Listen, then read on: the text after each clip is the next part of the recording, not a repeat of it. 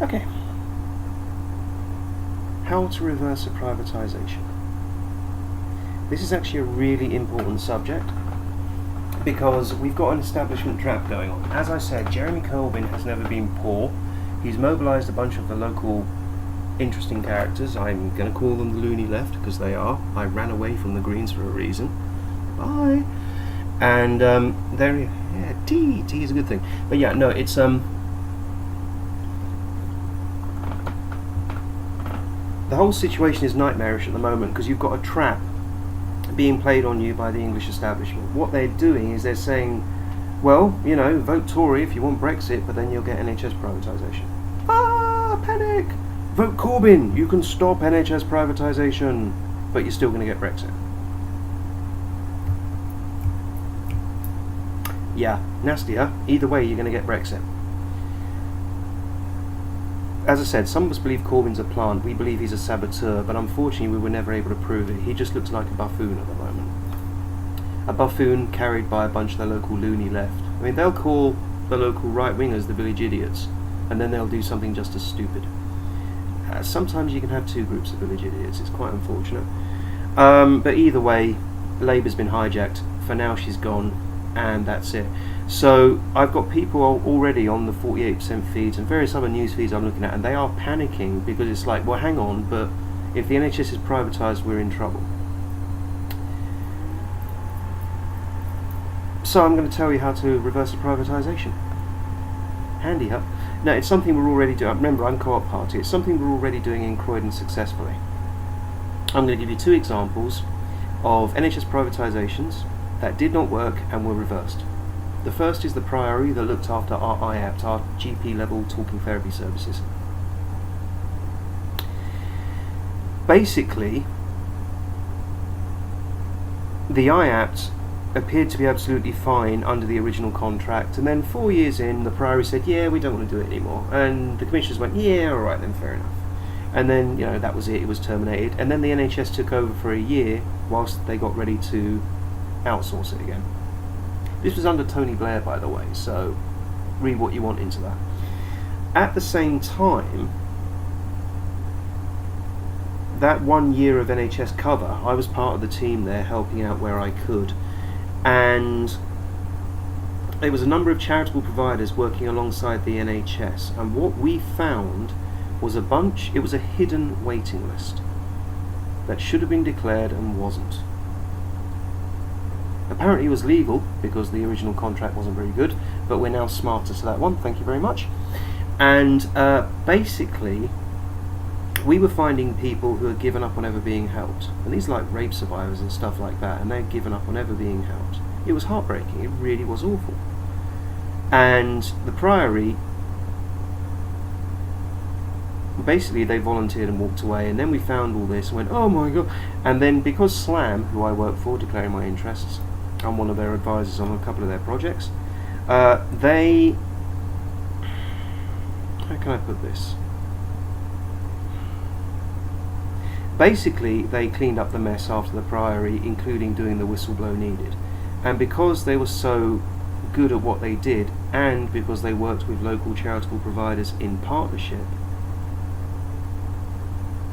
we saved a lot of lives, and the NHS, SLAM, won the contract fair and square, so they are now the long-term provider for IAPT for the next, I think it's another couple of years they've got before it's up for review. So it started off as the Priory, a private provider, and because that one didn't work out, it's now in-house, and we are a lot smarter to how it works. The second one is a lot more recent. Virgin Care. I know. Now in my research, Virgin Care basically send about 5% of their cash to the shareholders, to the bankers. So that's 5% that doesn't get to the doctors and nurses. The NHS doesn't have this problem. So the NHS at present traditionally is more efficient.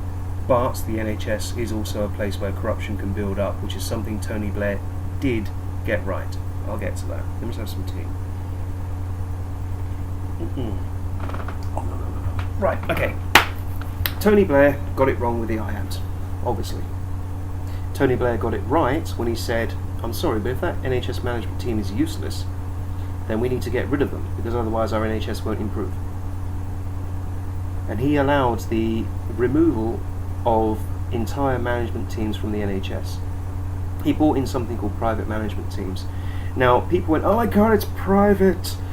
And then satisfaction in the NHS reached record levels.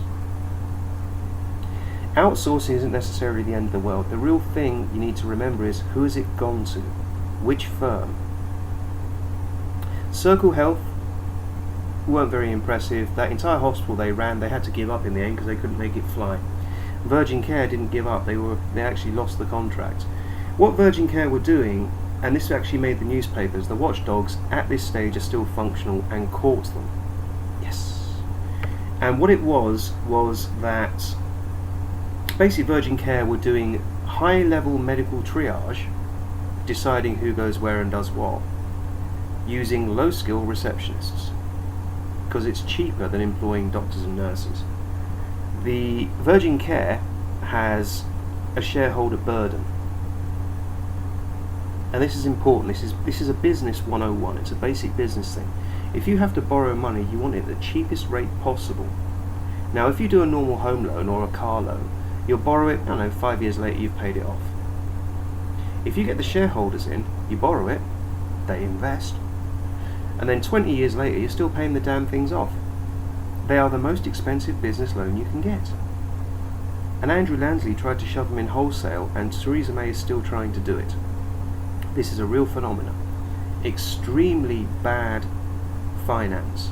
Extremely bad. The worst finance you can get. It's great if you're loaded and you've got a private pension, because you need those hedge funds to do well, or your private pension won't do too well. But if you're the business provider with a massive debt, you're in trouble, because you won't be able to afford to give all your money to the front line where it's needed. This is why co-op is best. And social enterprises are pretty good as well, because we don't have shareholders. What we have is membership. Now, you need to be careful with things called mutuals. I mentioned Circle Health because they failed. I'm trying to remember the newspaper article, but it was something to do with Ali Parsi and mutuals, and how some of these mutuals were actually tied to hedge funds. And what it was that the managers owned 51% and the workers 49%, which meant that the workers, although having a say, could happily be ignored at any time. It looked really impressive on paper until you realise it's a dirty trick. The workers can just be ignored. So if that's your medical whistleblower, they're just ignored, possibly even sacked. Beating up whistleblowers is a classic manager dirty trick. It's not a good thing. That's why Tony Blair brought in private management teams, because he was getting fed up with that kind of thing. Now, how can I put this? Virgin Care were using this really bad triage system, these low skill. I mean, I've been working in mental health for a decade, and I had some medical knowledge before then, as well as some legal knowledge. I'm now an advocate. What I do is I make sure people get a fair break. A lot of it's human rights work. So I'm half medical and half legal. I have to know a bit of both, and I've been doing this for a decade, and touch wood, so far I'm undefeated. I'm not going to complain. I am touching wood. I don't want to get cocky, but skill-wise I'm not doing too badly, and I assure you I don't know everything. Medicine is huge, and when you realise that, you're like, whoa, okay, this is big. You really do realise how big this world is. I've been doing this for a decade and I still don't know everything. So to have some receptionist making medical decisions because she's had a month of training. A month? Get a grip. That is crazy. And that is what Virgin Care tried.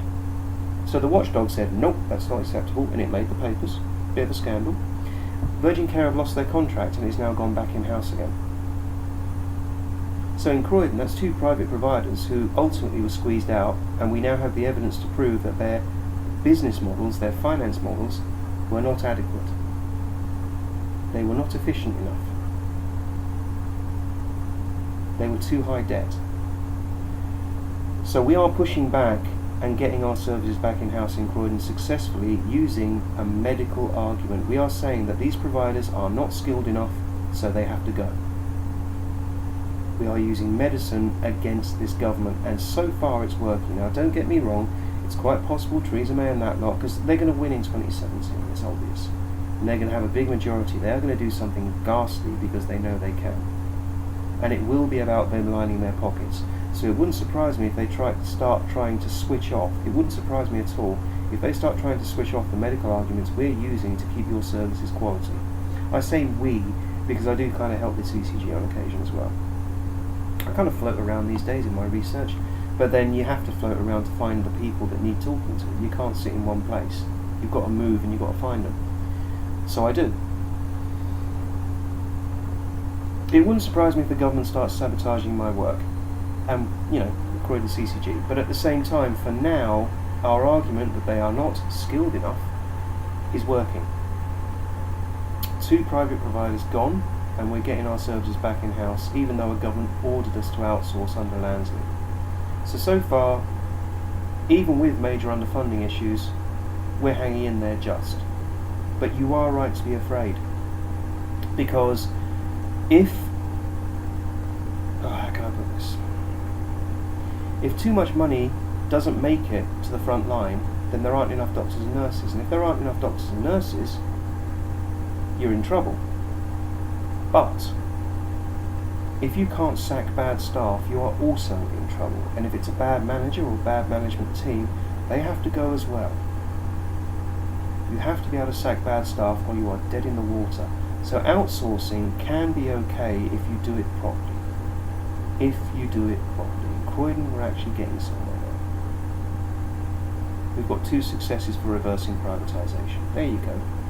Now I'm going to talk about partnership as well, because one of the things we do is we work alongside the local charities in partnership.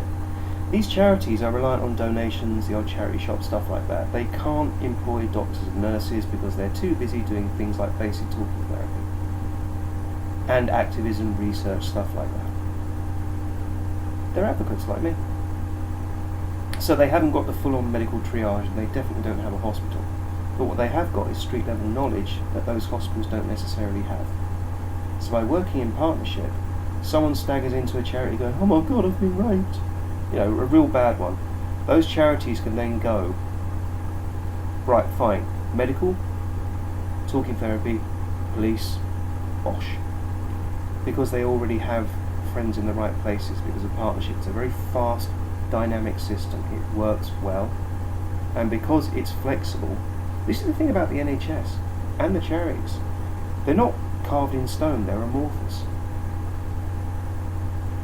They will change as the dynamic of the street changes. I work at street level, that's why I have tattoos, that's why I'm a hairy beast because I work at street level. At street level, being a hairy beast is acceptable. If anything, it's actually very useful because you can get into certain places that a suit can't get into. So I can see things that suits can't. And because I've got my NHS ID, I'm legit. I've got my NHS ID. Hey. This is going to be funny because there's a group of very unpleasant people in Croydon who are saying that I'm just schizophrenic making stuff up. Oh look, I've got NHS ID. Ha ha ha ha. Yeah, so there you go. They don't give these out like popcorn, I'm afraid. You actually have to earn it, and I did. 10 years, as I said. So yeah, I am legit, and what I've been doing is working in some very dark and nasty places, rescuing who I can. Street level work. I look hairy for a reason. It's because it's a useful tool. Plus I like it. So, there is a good side to rock and roll. Damn it. But yeah, that's what I do. So reversing privatisation, there's 2 successes for you. So don't panic just yet. The problem is, and this is where I'm going to be honest, when you've got a government saying, "Oi, do it," you have to get legal to stop them. Which means that you require evidence, because it has to go through a courtroom. You have to prove that the government have got it wrong. So, that means for the police to actually nick the bad guy, a crime has to happen in the first place. If no crime happens, then the bad guy isn't the bad guy. So you have to be done over for you to then go, "Oi, that's naughty, nick 'em." And that means you have to go through a small amount of privatisation to get the evidence required to prove that privatisation doesn't work in certain ways. And in Croydon, we're finding that if you can shake a stick at a management team and get them to play the game, that's really handy. But if the provider isn't very good, being able to get rid of them is really handy. The thing about partnership is actually really cool, because if you've got a cash-strapped council and a cash-strapped CCG, your local services are going to be cash-strapped. Poo may float upwards eventually, but unfortunately urine usually flows down. So if someone takes the money out, it all comes down, and then the front line where I work takes a major hit. Shortage of doctors, nurses, counsellors, etc. We haven't got the tools we need to fix you people up. So cash shortages are a big deal. Partnership is good, because what it is if you've got, I don't know, 50 cases of people who, I'll use an example, a scary one. It's a deal I helped out with recently. I won't name them but at the same time it's something I helped out with. I made the introductions, got them talking, and then kind of left them to it. With partnership, if you've got a charity that's excellent at supporting rape survivors and they are carried by donation, and you've got a CCG that has 50 rape survivors who need talking therapy and help and assistance, that CCG might only have to pay for 25 of those cases because the other 25 are paid for by charitable donation. Now don't get me wrong, this is not a guaranteed process. Donations are down at the moment. But if you can have half of your cases looked after by charitable donation, then that saves you, the commissioner, some money. For those who don't understand, how it works is thus, and this even worked under Tony Blair, and it does work well. You've got a bunch of very skilled managers at the top of the pile deciding where the money goes, and they say, well, I need this, and I need something for people who need hip replacements, and I need this for someone who's been mugged and needs a bit of help here, and I need this because they've broken their leg. And those three things, plus other stuff, obviously like cancer care and stuff, those three things need to be provided by providers. So when you think of the NHS, it has never ever been one lump. It has always been multiple teams working together. It's always been a partnership, but it's always been in-house. What Lansley did was he forced in a bunch of private providers because he wanted to break the in-house bit. Now I'm going to be honest with you, if the provider's actually really useful and really good and genuine value for money, then doing a partnership with them is actually good for you. We've found that in Croydon, it does work. If the partner is unreliable, or a bit of a skinflint, or sneaky, getting rid of them is a good idea. We reversed 2 privatisations. We've got rid of 2 private providers. Yeah. Commissioning, outsourcing, it's not necessarily the end of the world. It's not necessarily.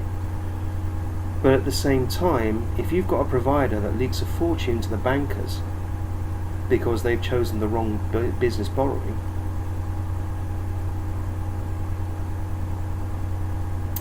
well, they're not going to have enough money to spend on doctors and nurses, are they? So a little bit of partnership can be really good. Getting in the wrong provider, it's usually bad. So it's actually quite complicated. And this is why it's important that patients complain if they're not happy. I essentially work in the complaints department. I go from place to place to place, listening to people talking about their woes. I read people's blogs, people's newspaper stories. I spend most of my days reading, you may have seen that. I spend reading people's testimonies. The internet is a very useful tool. I've got busted legs, I can't door knock, so I read your testimonies instead. And what I find is that if a patient complains, I'll be honest with you, it is usually genuine. I mean, don't get me wrong, it might be small fry, but it is still genuine. And if you know anything about customer service, you'll know that if someone's happy, they won't say a word, you won't hear a thing. You'll be lucky if you get a recommendation. If someone's not happy, they'll talk about it to them and their mates. So there's usually someone to talk to. There's usually information coming in, but you have to move from meeting to meeting, because if you sit in the one place all the time, it never happens. You have to go from place to place and listen. You have to investigate. So I do door knock. I just do it slightly differently. And I use the internet as a place, because I can sit there and read someone's story about their horrible experiences up in Manchester. Not a problem, I can read that. It's on the internet, sorted. Or someone down the road talking about their stuff and it makes the local paper. I can still read that. It's useful. So the information is definitely flowing, let's put it that way. And because we can reverse privatisation, it's not necessarily the end of the world. And the reason why I'm saying this is because we've got a major establishment trap going on. The standard strapline is being used. If you don't vote for Corbyn, you'll get Theresa. And if you get Theresa, you'll get privatisation. Now, if you know anything about politics, you'll know that the polls, when averaged, are accurate. Corbyn's going to be slaughtered anyway. In fact, it's really handy that he's going to be slaughtered quickly. If you slaughter Corbyn quickly... I think one of my cats is being ill. Sorry. How's that for timing? Yeah, if you slaughter Corbyn quickly, you can get rid of him, get a real leader in, and get a pro-EU leader in, and then get us back into Europe as quickly as possible. So don't fall for this strapline about fearing privatisation. Theresa's going to win anyway. It's already done and dusted. That one was calculated a long time ago. The English establishment is that evil. The real question is, how do you punch them back? I mean punch them back hard. I mean break them. And you have to show that everything they have done has either been either grossly incompetent, dishonest, or both. So the evidence has to come in. This is a courtroom thing. You have to have the evidence. You've got to prove what really happened. But it does work. 2 private providers gone in Croydon, services back in-house. Boom. And that's under a Tory government with 2 dodgy MPs, including a couple of ministers. I say dodgy because I don't trust them as far as I can throw them. They're Conservatives, I don't like them. One of them actually had to walk away from his meetings because otherwise I was going to throttle him.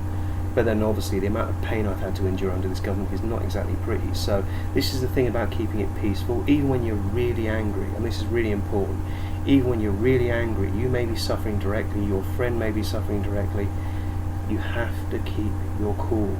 Because if you go too far, you'll get arrested. These MPs, these Tory MPs are genuine monsters. They will show no mercy at all. No mercy at all. You must not lose your rag. Right? But talk about it. Make sure people know that you're suffering. The more people that know, the better. Because at that point, this backlash against these horrendous rich people who have clearly gone way too far will happen. Blair 2.0 will happen and the good times will come back. Once these crazy old people are gone. You know, the crazy old people are being tricked by a pair of boobs into beating the living daylights out of their own kids. Yeah, I know. A bit fun, that one, isn't it? An older generation that has never helped the youngsters, but liked boobs. Welcome to the baby boomers. That's what they do. They're geriatric monsters. They're just thieves. They're not the greatest generation. The greatest generation is dead and gone. These are the kids of the greatest generation. They're just a pack of spoiled brats, and they will rob you blind. So you need to survive this sort of storm. You need to take the hits, but don't panic. We can reverse privatisations. It can be reversed. Alright? So as I've said before, don't panic. But we need Corbyn gone, and we need him gone quickly. We need his entire membership base utterly humiliated. Now, I am a socialist, I freely admit that. But I'm the first to admit that the public aren't. Hello, darling. You alright? I think she might have been ill. I'll check her in a bit. But she seems alright now. Okay. You alright, babes? Alright. Yeah, what it is, how can I put this? It's a stage-by-stage approach. I believe in the 50p and the 60p tax rate. I'm definitely a left-winger. Ed's plan was to bring back the 50p rate, sort out the tax avoiders, and then from there say, look, the 50p rate works, you were lied to by these awful Tories. He didn't win, fair enough, you know, as you do. But at the same time, that was his plan. It's a good plan, because you would have seen that the 50p rate works, that taxing the rich can help. And then from there, you might have been tempted to go for something else, like a 60p rate?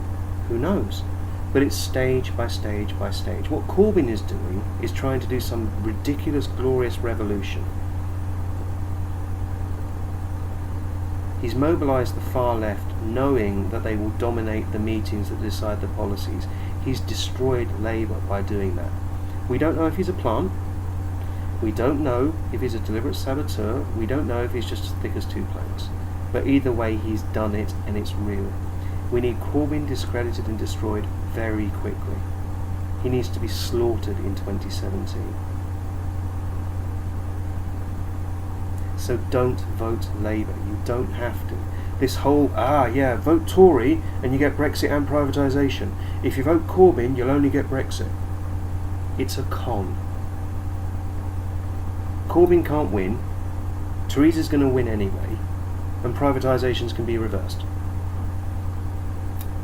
So get your Euro vote nice and visible, and we're going to reverse all of this. We're going to shove them back into the box they came from, and hopefully really tax them till they glow in the dark as well. But don't vote Corbyn.